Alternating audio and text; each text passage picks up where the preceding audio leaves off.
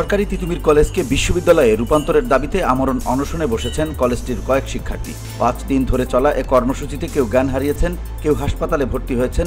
বর্তমানে ১১ জন শিক্ষার্থী অসুস্থ অবস্থায় কলেজের মূল ফটকের সামনে অনশন করছেন, যাদের মধ্যে ৩ জনের অবস্থা আশঙ্কাজনক। রোববার দুপুরে অনশনরত শিক্ষার্থীদের চিকিৎসা শেষে সংবাদ সম্মেলনে ডাক্তার রাসেল আহমেদ এ তথ্য জানান।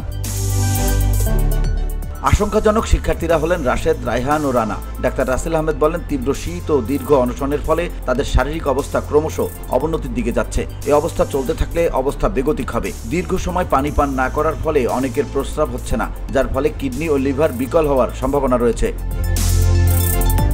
তিনি বলেন, অনশনকারীদের অবস্থা গুরুতর দেখে হাসপাতালে ভর্তি করার নির্দেশ দিয়েছি। যদি হাসপাতালে ভর্তি করা না হয় তাহলে দীর্ঘদিনের জন্য শারীরিক সমস্যার মুখে পড়বে শিক্ষার্থীরা। তিতুমির কলেজের শিক্ষার্থী আরাফাত বলেন, অনশনকারীদের অবস্থা গুরুতর হলেও এখন পর্যন্ত সরকারের পক্ষ থেকে তাদের সুনির্দিষ্ট কোনো আশ্বাস প্রদান করা হয়নি। আজকে রেলপথ ও সড়কপথ অবরোধ করার কর্মসূচি থাকলেও তা প্রত্যাহার করেছি, যাতে বিশ্ব ইজতেমায় ধর্মপ্রাণ মুসলমানদের কষ্ট না হয়। দ্রুত দাবি বাস্তবায়নের জন্য সরকারের প্রতি আমরা আহ্বান জানাচ্ছি। VOD Bangla news desk.